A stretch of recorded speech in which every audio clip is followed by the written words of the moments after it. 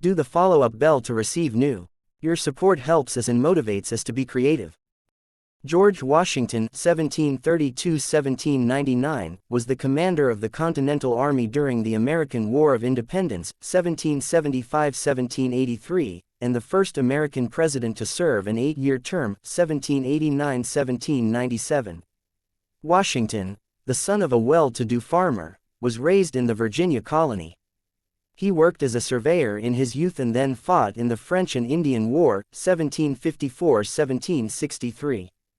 During the American Revolution, he led American forces to victory over the British, making him a national hero. In 1787, he was elected president of the convention that resulted in the writing of the American Constitution. 2 years later, Washington became the first president of the United States. His style shaped the approach of future presidents, leaving a legacy of strength, integrity and patriotism. Less than 3 years after leaving office, he died on his Virginia farm, Mount Vernon, at the age of 67.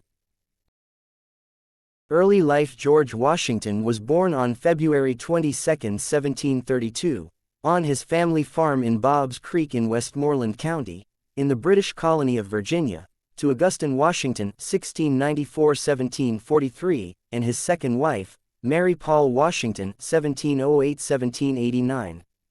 George, the eldest of Augustine and Mary Washington's 6 children, spent most of his childhood on Ferry Farm, a farm near Fredericksburg, Virginia. After his father died when he was 11, George helped his mother run the farm. In 1799, George Washington owned about 300 slaves. However, before his death he began to oppose slavery, stating in his will that he wished to release his slaves after the death of his wife. Few details of Washington's early education were publicized, but it was like other children from wealthy families who were tutored by private tutors or attended private schools. Most likely, he finished his formal education at the age of about 15. As a teenager, Washington became a successful surveyor after his creativity in mathematics, and his surveys in Virginia earned him enough money to start buying land. In 1751, Washington made his only trip outside America, when he went to Barbados with his older half-brother Lawrence Washington, 1718–1752, who had tuberculosis and hoped the warm climate in Barbados would help him recover. Soon after their arrival, George fell ill with smallpox. He survived the disease, though he had permanent scars on his face. In 1752 Lawrence, who had been educated in England and was Washington's mentor, died. Washington inherited Lawrence's farm, Mount Vernon, on the Potomac River near Alexandria, Virginia. A noble officer and farmer, became commander of the Virginia militia even though he was unfamiliar with military matters. He witnessed the French and Indian War, then was put in charge of Virginia's militia forces. By 1759 Washington resigned, returned to Mount Vernon and was elected to the Virginia State Assembly at Burgess, where he served until 1774. In January 1759, he married Martha Danderridge Custis, 1731–1802, a wealthy widow with 2 children. Washington became a devoted stepfather to her children, and Martha had no children with him. In the following years, Washington expanded Mount Vernon from 2,000 acres to 8,000 acres of land with 5 farms. He cultivated a variety of crops, including wheat and corn, in addition to raising mules, fruit orchards, and fish farms. His interest in agriculture was deep, and he constantly experimented with new crops and land reclamation methods. Washington during the American Revolution. In the late 1760s, Washington witnessed the effects of British tax increases on American colonists, and believed it was in the colonists' interest to declare their independence from England. Washington was made delegate to the First Continental Congress in 1774 in Philadelphia.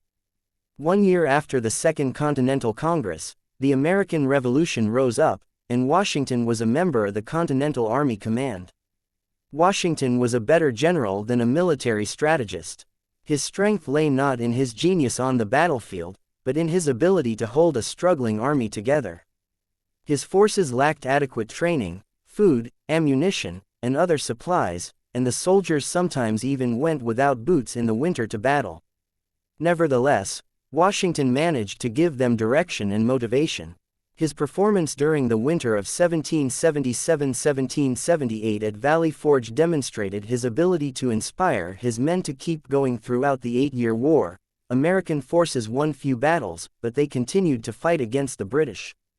In October 1781, with the help of the French, who allied themselves with the colonists against their British rivals, the Continental forces were able to capture a number of British troops, led by General Charles Cornwallis, 1738–1805, after the Battle of Yorktown. The War of Independence ended successfully and Washington became a national hero. The first American president. In 1783, with the signing of the Treaty of Paris between Britain and the United States, Washington believed he had done his duty, so he dismounted from command of the army and returned to Mount Vernon, intent on resuming the life of a farmer and his family duties. But in 1787, he was asked to attend the Constitutional Convention in Philadelphia to head the committee that drafted the new Constitution. His impressive leadership convinced delegates that he was the fittest man to become the first president of the United States. Washington refused at first, wanting to return to a quiet life and leave the judgment to others, but public opinion was stronger than him. The first presidential election was held on January 7, 1789, and Washington won easily. John Adams, 1735–1826, second in number of votes, became the first vice president. On April 30, 1789, the 57-year-old Washington began his presidential term in New York City. Washington, D.C. was not yet established, so he lived in New York and Philadelphia. George Washington's achievements. The United States was a small country when Washington came to power, consisting of 11 states and nearly 4 million people, and there is no preconceived notion of a constitution by which the new president should conduct domestic or international affairs. Washington's decisions became an approach for future presidents, as he worked hard to become an example of integrity and honesty. Externally, he supported friendly relations with other countries, and adopted an attitude of neutrality in international conflicts. Internally, Washington appointed the United States' first Chief Justice, John Jay, 1745–1829, signed a bill to establish the first national bank, the Bank of the United States, and established a presidential cabinet. George Washington's reign was marked by a series of unique events. He signed the first copyright law in the United States, to protect the copyrights of authors. He signed the first Thanksgiving Proclamation, which made November 26 a National Thanksgiving Day, marking American independence and the ratification of the Constitution. During Washington's presidency, Congress passed the first Federal Revenue Act, a law that taxed spirits. In July 1794, farmers in western Pennsylvania rebelled against the so-called whiskey tax. Washington mobilized forces of more than 12,000 soldiers to resolve the crisis, in the first important test of the national government's authority. Under Washington's leadership, the states ratified the Bill of Rights, and 5 new states joined the Union: North Carolina, 1789, Rhode Island, 1790, Vermont, 1791, Kentucky, 1792, and Tennessee, 1796. In his second term, Washington declared neutrality to avoid entering the War of 1793 between Great Britain and France. But when French Foreign Envoy Edmond Charles Genet visited the United States, he boldly flaunted this announcement, attempting to establish French military bases on several American ports, and winning political support for his cause in the western states. His intervention raised tension between Federalists and Democrats, widening the rift between the parties and making it difficult to reach consensus among them in Congress. In 1795, Washington signed the Treaty of Commerce and Navigation with Britain, or the Treaty of Jay, named after John Jay, who negotiated from the American side with the government of King George III. This treaty helped the United States avoid war with Britain, but it upset some members of Congress and was strongly opposed by Thomas Jefferson and James Madison. Internationally, The treaty caused an uproar among the French, who saw it as violating previous treaties between the United States and France.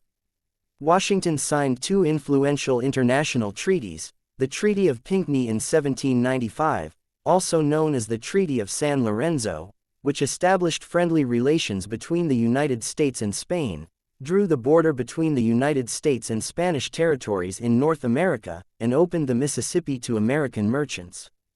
And the Treaty of Tripoli the following year, which granted American ships access to Mediterranean ports in return for an annual tribute to the Pasha of Tripoli.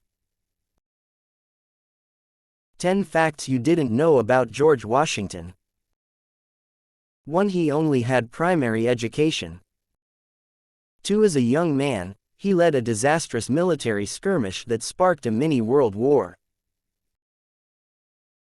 3. George Washington's first love was the wife of his best friend. 4. They made his teeth out of the teeth of slaves. 5. He was not a brilliant general, but he was brilliant in the arts of espionage and intelligence.